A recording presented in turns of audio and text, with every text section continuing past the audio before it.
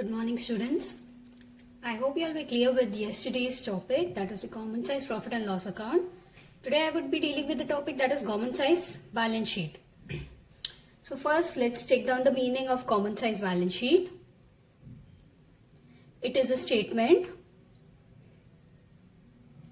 in which total of assets or equity and liabilities is assumed to be equal to 100 and all the figures are expressed as percentage of the total.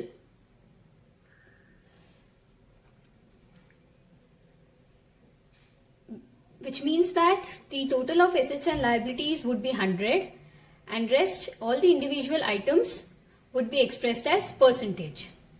So let's take down the format of common size balance sheet. Please note down in your book.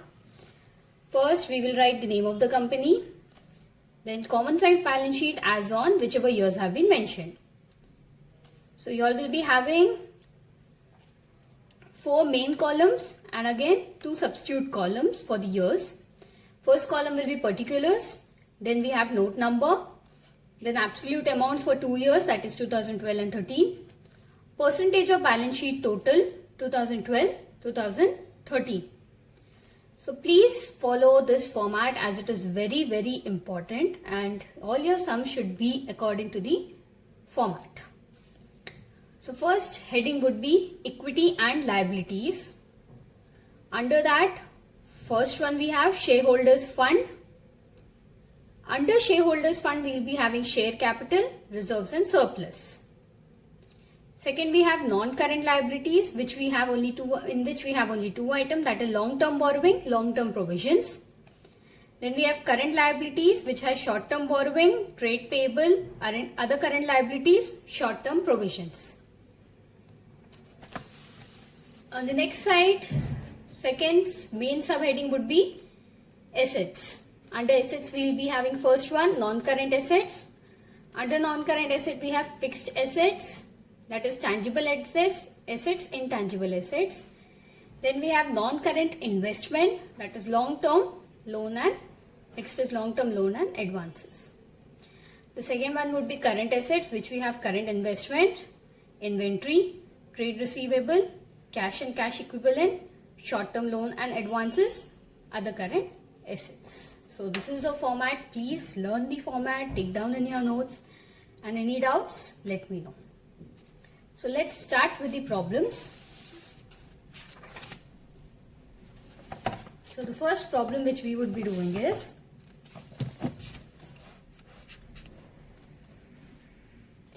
Oxford Limited was in business of manufacturing motorbikes. It decided to provide hearing aids and tricycles free of cost to physical challenged people. Following information is related to Oxford Limited. So it is given us in lakhs, 2 years, that is 2013-2012. We have to prepare common size balance sheet and identify the value involved. So let's start the problem.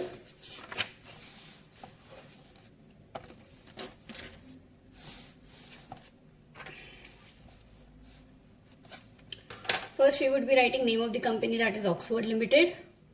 Common size balance sheet as on 31/3/2012, 31/3/2013.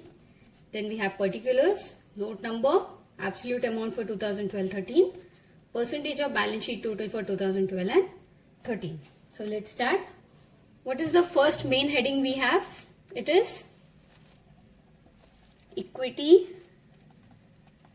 and liabilities. Right?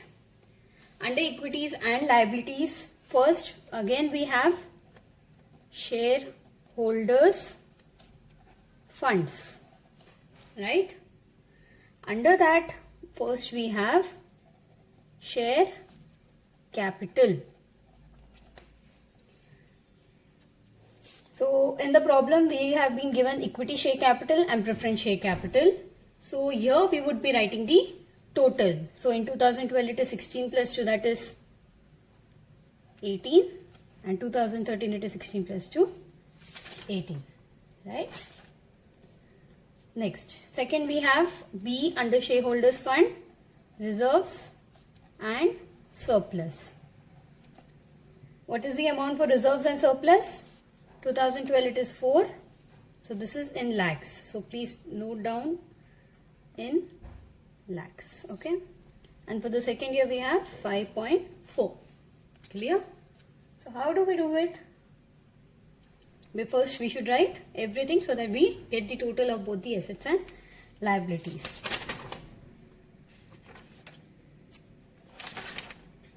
Next we have is, after shareholders fund we have non-current liabilities. They haven't provided with any details as such subheading, so we'll just write it as it is, that is 14 and 14.4. Third one we have is current liabilities. Under current liabilities, again no subheadings have been provided, so it is 4, 17.2. So now we will be getting the total of the liabilities.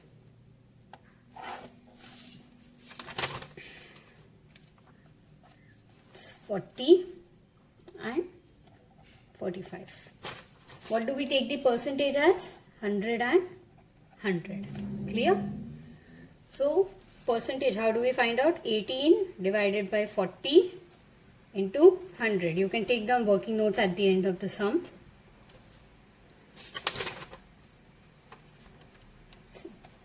Working notes. 1. It is 18 divided by 40 into 100,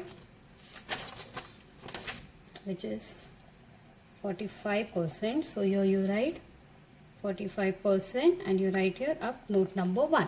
This is one way you can do, or you can just do it in the problem as well. The second note will be 18 divided by 2013, 45 into 100, 40%. So 40%, note number 2. Now note number 3 would be 4 divided by 40 into 100, which will be equal to 10%. Note number 3. Fourth would be 5.4 divided by 45 into 100, which is 12%. Note number 4. This is the way you do your working notes and write the problem. This would be 14 divided by 40 into 100, that is 35%. 14.4 divided by 45 into 100, 32%. 4 divided by 40 into 100, 10%, and the last one will be 16%. So total of the year 2012 should be 100, the year 2013 should be 100. The second subheading we have is assets. Under asset, first one we have non-current asset, that is 28, 30.6. Second one we have is current assets, which is 12 and 14.4. Again we take the total of the assets.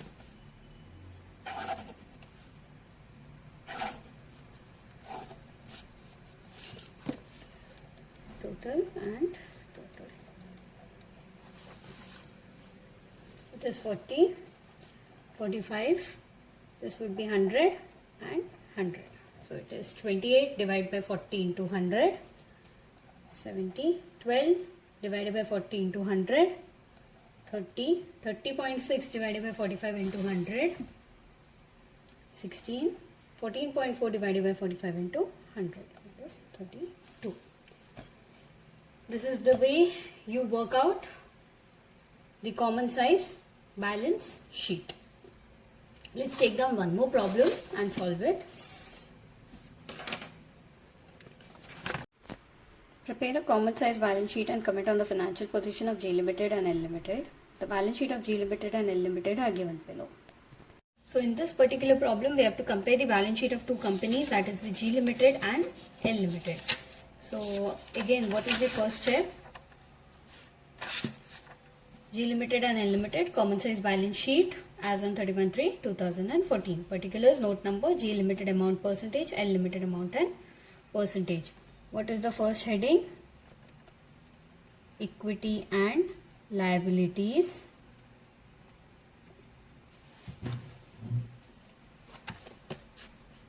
Under equities and liabilities, the first one is shareholders fund, that is 3 lakh, 4 lakh. Clear? Then we have second, non-current liabilities 2 lakh, 3 lakh. Third, we have current liabilities 1 lakh 50,000. Right? Now we get the total amount of the liabilities.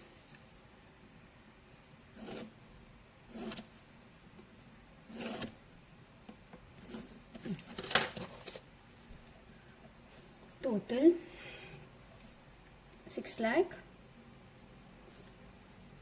7 lakh 50,000. Now we need to get the percentages. So first one, it is 3 lakh divided by 6 lakh into 100, 50%. 2 lakh divided by 6 lakh into 100, 33.33. 1 lakh divided by 6 lakh into 100, 16.67. So the total should be 100, right? 4 lakh divided by 7 lakh 50,000 into 100, 53.33. 3 lakh divided by 7 lakh 50,000 into 100, 40. 50,000 divided by 7 lakh 50,000 into 100, 6.67. Second, we have the assets. Under assets, first one we have is non-current assets. Under non-current assets, we have tangible assets, intangible assets.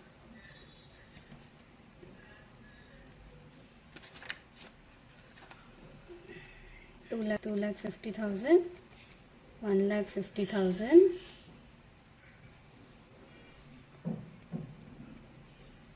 3 lakh, 1 lakh. Then we have second, current assets, that is 2 lakh, 3 lakh 50,000. Total would be 6 lakh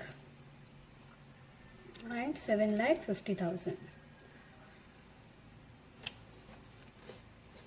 Again, it is 2 lakh 50,000 divided by 6 lakh into 100, 41.67.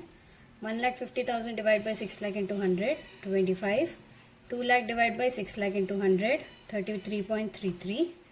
3 lakh divided by 7 lakh 50,000 into 100, 40%. 1 lakh divided by 7 lakh 50,000 into 100, 13.33. 3 lakh 50,000 divided by 7 lakh 50,000 into 100, 46.67. 100 and 100. Now we need to interrupt the which company is better. So take down the interpretation. First point, the short-term financial position of L Limited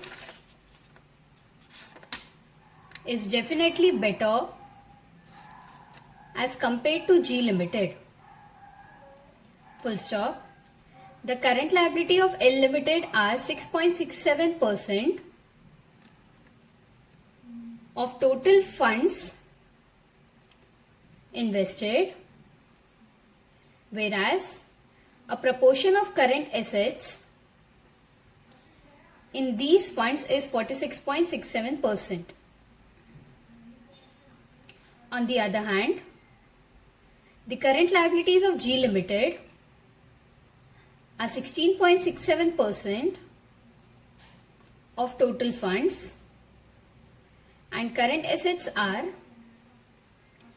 33.33% of these funds. Thus, trade payables are more secure in L Limited.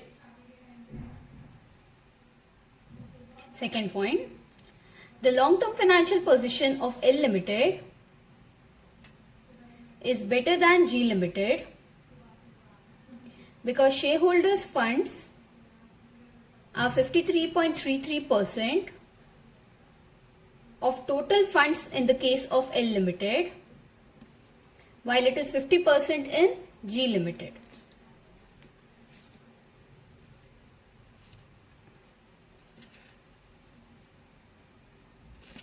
Third point, G Limited has invested more in non-current assets as compared to L Limited.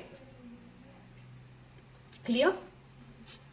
So this is the common size balance sheet. I would be giving the homework problem. I would be sharing it in WhatsApp. Next, we move on to what is known as trend analysis.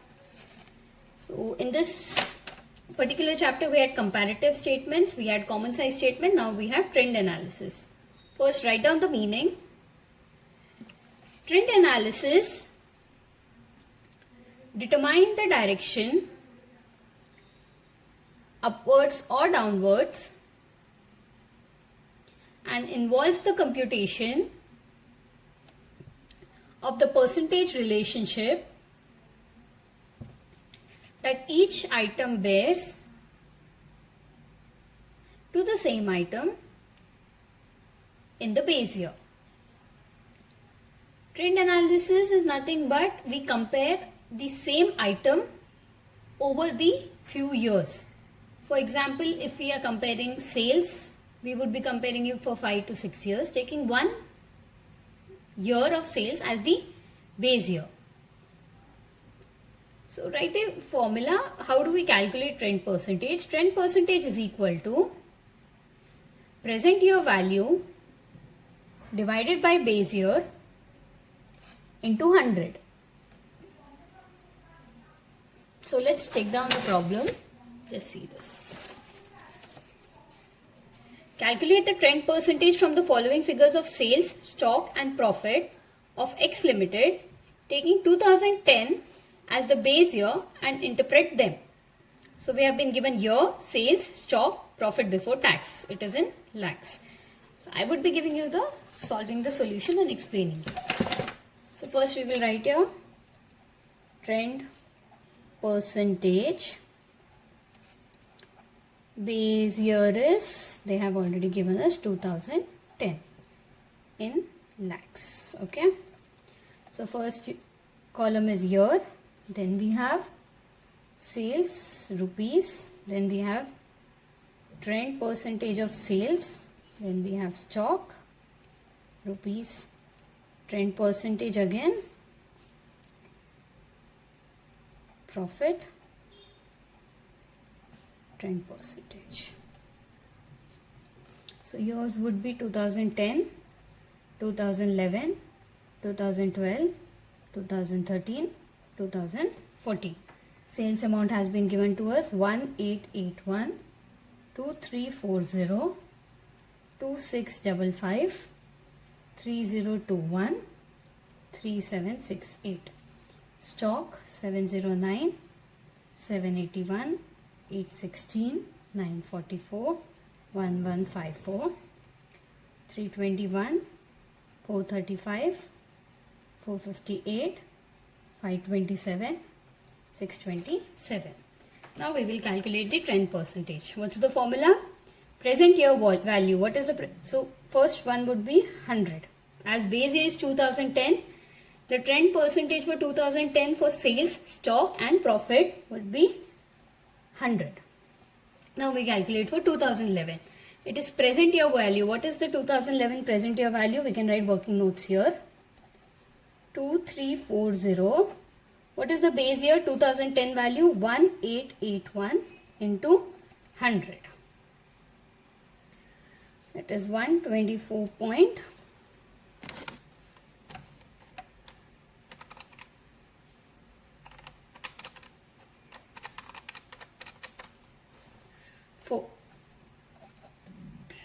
we can just round it up and write 124.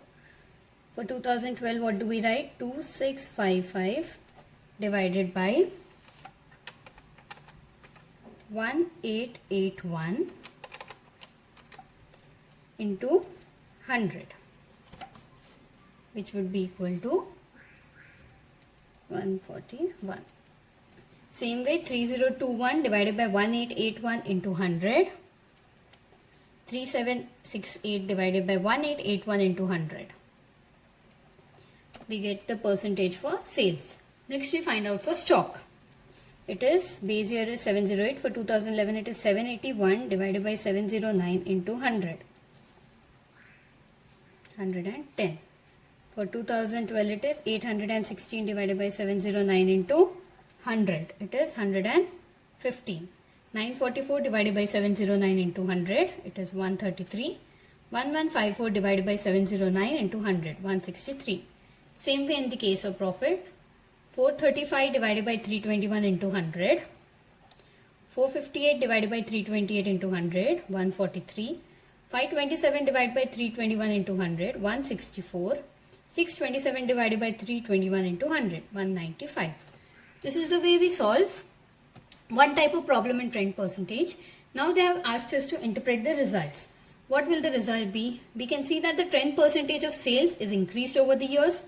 Trend percentage of stock is increased over the years, and our profit is also increased over the years. So write down the interpretation. First point, the sales have continuously increased in all the years up to 2014, full stop. The percentage in 2014 is 200 as compared to 100 in 2010. Full stop. The increase in sales is quite satisfactory. Second point, the figures of stock have also increased over a period of 5 years. Full stop. The increase in stock is more in 2013 and 2014 as compared to earlier years. Third point, profit has sustainably increased. Full stop. The profits have increased in greater proportion than sales, which implies that the company has been able to reduce their cost of goods sold and control the operating expenses. Now let's take down one more problem, which is a type of balance sheet problem. This is the problem. We have been given cash, debtors, stock, other current asset, land, building and plant. We need to prepare know the trend percentages. So this is in lakhs, so we write trend percentage in lakhs. Only assets has been given, so the first point would, the first type of asset in the format which we have studied is non-current asset. Under non-current asset we have land, building, plant. I have already written the amounts which has already been given in the question. I would work out for the percentages. Under current asset we have cash, debtors, stock and other current assets. So let's find out the trend percentage. The base year is, mostly it's not given in the problem, so usually we take the previous year as the base year. So 2010 and 11 is the base year, so all the values here would be 100, right? Then for 2011-12, what's the formula I had asked you?